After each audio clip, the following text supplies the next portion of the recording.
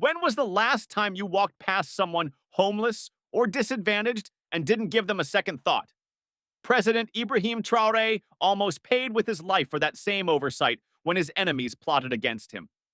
The only reason Traore survived was because he chose to disguise himself and walk among the people, hearing the voice of a street kid named Ismail who had discovered the plot through his broken radio. This moment changed not just their lives, but the future of an entire nation, proving that sometimes salvation comes from the places we least expect. Like a phantom, Ismail existed in the crowded markets of Ouagadougou. He was scarcely noticed by shoppers who passed by as he transitioned between stalls that sold electronics, spices, and colorful fabrics. On the majority of days, individuals only acknowledged him when they desired his removal from their doorways or when he approached their merchandise too closely. At 13 years old, he had already resided on these streets for 6 years, ever since his mother passed away from an ailment that no physician had ever formally diagnosed. The market became his residence, the vendors his reluctant neighbors, and the only possessions he possessed were discarded items. Ismail's exceptional aptitude for electronics, particularly radios, distinguished him from other street youth. Ismail gathered broken devices that others had discarded, while other children begged for food or performed small duties in exchange for coins. He would locate them in the trash heaps behind repair shops or in the bins located near the market's perimeter. He connected wires and replaced components without any formal training, using his small digits with natural precision.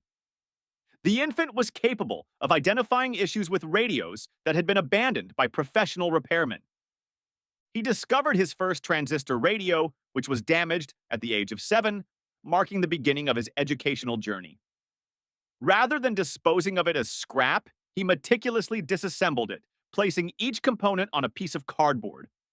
He worked by the streetlight every night, examining the connections between each component. He acquired his knowledge through trial and error, resulting in numerous finger burns from his improvised soldering instrument that was heated over candle flames. Within months, he comprehended radio frequencies and signals that were either neglected or not fully understood by the majority of individuals with adequate education. Ismail's daily regimen was determined by his survival. He awoke before daybreak, cleansed himself at a public water source, and examined his modest assortment of electronics, which were concealed in a drainage pipe in close proximity to his sleeping quarters. He collected discarded electronics, scavenged for sustenance, and provided repair services to vendors during the day. He returned to his designated area of the market at night, a tiny area situated between a clothing stall and a wall. There, he slept on flattened cardboard boxes, which he had discovered beneath a plastic tarp. With the exception of the electronics that passed through his palms, this existence persisted day after day. One broken shortwave radio became his most cherished possession among his limited possessions. After dropping it, the retired soldier who was the original proprietor had disposed of it. Ismail not only repaired it, but also made significant modifications. He expanded the range of the radio by incorporating components from other decommissioned radios, which enabled it to access frequencies that were not intended for it. He had unknowingly developed a device that was capable of intercepting military and government communications that were intended to be secure. He frequently listened to these channels out of curiosity, unaware of the sensitivity of the content. Ismail was tolerated by the purveyors due to his ability to repair their electronics at a minimal cost.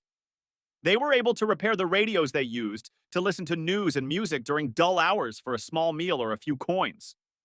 He repaired their phones when the displays cracked or the batteries failed. This arrangement ensured that he was adequately nourished on the majority of days and secured him a position within the market's ecosystem. When the police conducted searches to remove street children from tourist areas, some vendors even cautioned him. His social status rendered him practically invisible. While passing him, government officials engaged in discussions regarding sensitive matters. The police did not reduce their volume when they exchanged information regarding operations. Shoppers conversed freely about politics, corruption, and rumors as if he were not present. He acquired a greater understanding of the country's genuine circumstances as a result of his invisibility than the majority of its citizens ever did. He cultivated an astonishingly thorough comprehension of Burkina Faso's political scene by assimilating information from radio broadcasts and conversations. Ismail's comprehension of radio communications had advanced to the point that it surpassed that of certain military technicians, despite the absence of any formal education.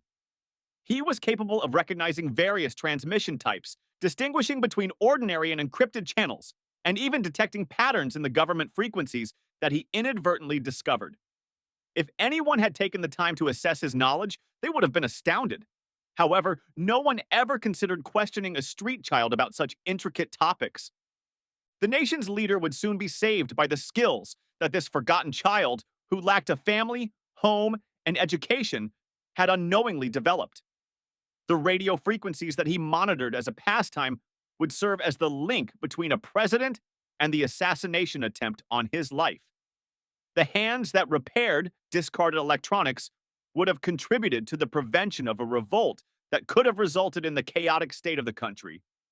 The morning began similarly to any other in the market. Ismail awoke, acquainted himself with his limited coinage, and prepared for yet another day of survival. He was unaware that by sunset, he would transition from a street child to a national hero. Not only would his life be transformed, but the future of Burkina Faso as well, on a commonplace Wednesday in August. The first unusual transmissions began to come through as he sat fidgeting with his modified radio. President Ibrahim Traoré was alone in his office at the presidential palace, gazing at the collection of security reports that occupied his desk. He no longer felt secure due to the thick walls and armed soldiers stationed outside his door. In reality, they induced a sense of entrapment in him. He began to query the actions of all individuals and entities in his vicinity 3 months into his tenure as president of Burkina Faso. The palace staff moved too quietly, his ministers agreed too swiftly, and his security team watched him too closely. Traoré's acute sensibilities had been honed during his military service, and they now served as a warning system. Traoré was more aware than the majority of individuals of the fragility of power. He had assaulted the previous government by means of a military revolt when it failed to address the increasing security threats posed by extremist groups, thereby ascending to the position of leadership. He could be removed with the same ease as the methods that propelled him to power. When he gazed into the mirror each morning, he pondered whether today would be the day that someone else determined they could lead more effectively than he could. He was most distressed by his isolation. The information was filtered by his advisors before it was presented to him, and each report was sterilized and cleaned. Were they shielding him from unwarranted anxiety or concealing critical information? He required to observe the genuine Burkina Faso, as opposed to the version that was meticulously presented in seminars. He made a decision that morning that would have a profound impact on everything. He would traverse the markets of Ouagadougou in a state of disguise and solitude in order to ascertain the genuine opinions of the populace. His security detail responded precisely as anticipated. "It is entirely impossible," stated his supervisor of security. In response to Traoré's insistence, they suggested a compromise. 3 plainclothes officers would observe him from a distance. "The risk is too great." He concurred, but he established his own conditions. He would don ordinary attire, including a plain white shirt, brown trousers, and a cap that was drawn low over his eyes. He possessed no concealed weapons, earpieces, or any other distinguishing characteristics that would distinguish him from any other consumer. Traoré informed them, "I must observe this with my own eyes. I must experience the emotions of the impoverished and listen to their words when they are unaware that I am listening." Despite the fact that his security team eventually conceded, their disapproval was still palpable. The following morning, President Traoré emerged from a service entrance within the palace compound, resembling a typical middle-class individual making his way to the market. After months of living in the antiseptic palace, the marketplace's sensory assault was a welcome change. Motorcycles sputtered through narrow passageways, vendors shouted prices, and the aroma of roasting meat was intermingled with the fragrance of spices and sweat. He navigated the throngs, attentively listening to discussions regarding the escalating costs of food and the scarcity of water in remote villages. Despite the fact that these commonplace challenges were only mentioned in passing, They were the primary concern of the individuals who encountered him. Traore observed a small throng forming around what appeared to be a news broadcast approximately 1 hour into his market visit. He approached with curiosity, anticipating that the national radio station would broadcast official news. Instead, he observed an unusual sight. A young lad, possibly 12 years old, was standing on an old metal box. The boy wielded a wooden stick and bellowed into the street, resembling a news reporter, while holding a scratchy, broken radio. The lad announced to anyone who would listen, "I have some exciting news." Upon being impressed by the boy's intensity, Traore approached him more closely. Other children and a few curious adults comprised the small throng that surrounded him. The latter appeared to be more amused than interested. The president was then seized by the words, "Traitors are preparing to assassinate President Traore tonight." Traore pushed through the small throng and lowered his cap. The youngster continued to speak, recounting the specifics of a meeting that had occurred at the Ministry of Defense yesterday, a meeting that Traore had personally attended. During the presidential council meeting that evening, the youngster provided specific names, times, and the precise location of the planned assassination. How could a street urchin have acquired this knowledge? The information was classified and was only disclosed to his closest advisors. The president conducted a more thorough examination of the child. He spoke with absolute certainty, despite his tattered clothing and skinny, dirty appearance. Most observers appeared skeptical, regarding his warnings as mere entertainment rather than genuine news. Before departing, a few individuals chuckled and threw small coins at his feet. However, the child persisted, unfazed, in his account of the conspirators' intention to exploit the council meeting as a pretext for the assassination. The longer Traore listened, the more his blood became icy. The plot's leaders were designated by the child as his Minister of Defense and Chief of Internal Security. These were the individuals with whom he interacted on a daily basis, and they were responsible for his protection. They had access to his schedule, his sustenance, and his private quarters. The youth elaborated on their strategy to attribute the assassination to terrorist organizations, which would enable them to declare a state of emergency and assume control of the government.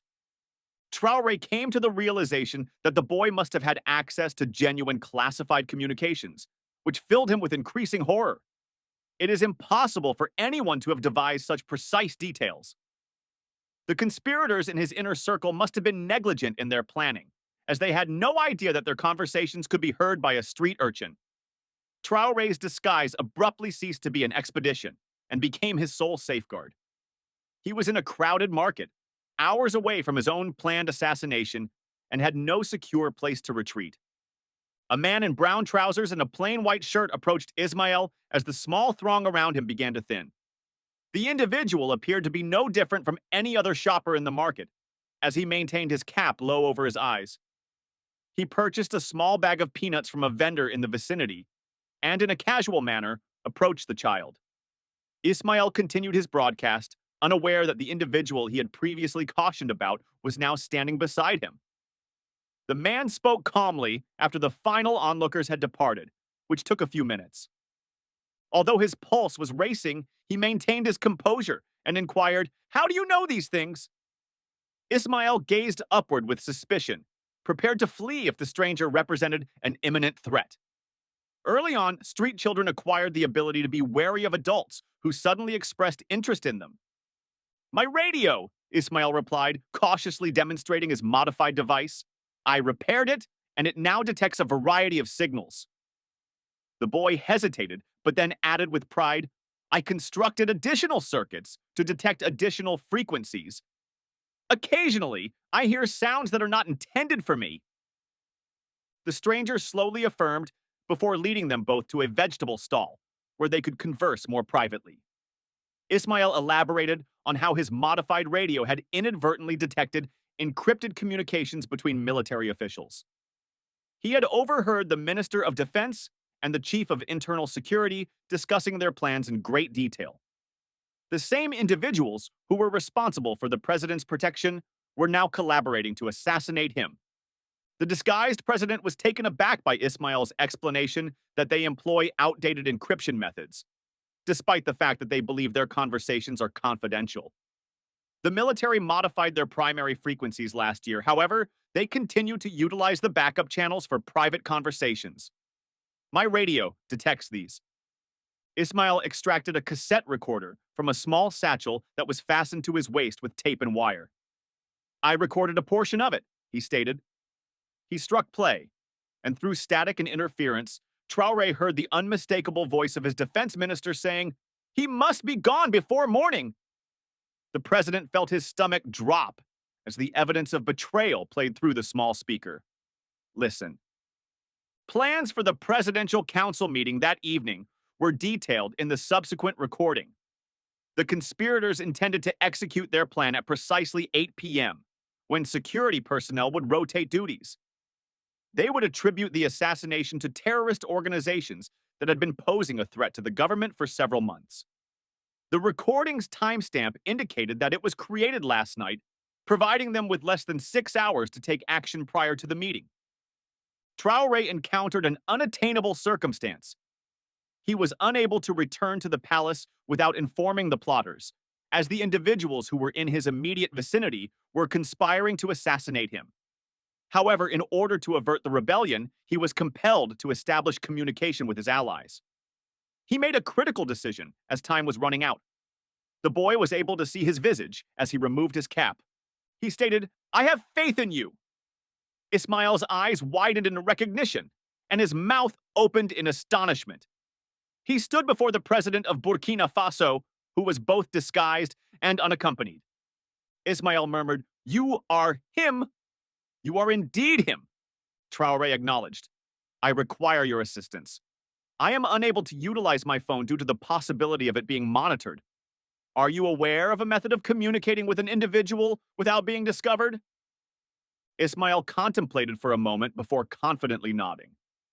"I possess the ability to transmit messages on frequencies that are not monitored by them. Additionally, I am aware of locations in this market where no one can locate you unless they wish to." Ismail observed 3 civilian men moving methodically through the market as they were in the process of devising their next course of action. Their posture and monitoring movements identified them as military or police personnel. "They are in search of an individual," Ismail murmured, escorting the president behind a stack of fabric rolls. The males approached a market vendor and presented him with an object, which may have been a photograph. The vendor directed the customer to the site where Ismail had been broadcasting. The conspirators were aware that their communications had been compromised and dispatched personnel to locate the source. Ismail expressed his urgency by stating, "We must evacuate." He seized the president's arm and dragged him into a narrow passageway between stalls. They traversed the market's labyrinth for the subsequent hour, employing routes that were exclusively known to street children. They crawled through drainage pipes that were wide enough for a child but too narrow for an adult, slid through holes in market walls, and ducked under tables. Twice they were on the brink of colliding with the men who were conducting a search, only to vanish once more into the labyrinth. The most powerful individual in the country was now led by the street child who had spent his life being ignored by society. The president had completely reversed their roles, entrusting the lad with his life and adhering to Ismail's every directive. Ismail traversed his domain, the cramped and neglected spaces of Ouagadougou, with assurance as authorities never observed. They ultimately arrived at a small shed that was situated behind an electronics repair shop. The proprietor, who was one of the few adults who had extended compassion to Ismail, was absent. Ismail extracted a key that he had constructed from wire and successfully unlocked the door. Ismail had repaired an old ham radio months ago, which was situated among piles of damaged electronics. "We can directly contact the military base with this," he stated, swiftly adjusting dials and connecting wires. "In which commander do you have the most confidence?" At the exact moment that the conspirators attempted to board their escape aircraft, Traoré's loyal military commanders surrounded the private airstrip. The plotters had abducted Ismail after monitoring his radio signals. However, the boy was released during the arrests. His information had arrived precisely at the appropriate moment. The People's Guard, a new intelligence unit composed of ordinary citizens, was established by President Traoré in the subsequent weeks. While representing the significance of even marginalized voices in national security, Ismail became its symbolic leader, receiving a home and education. The street child with a malfunctioning radio had not only rescued a president, but he had also revolutionized Burkina Faso's security strategy, demonstrating that the most influential observers and listeners are often those who have been overlooked by society.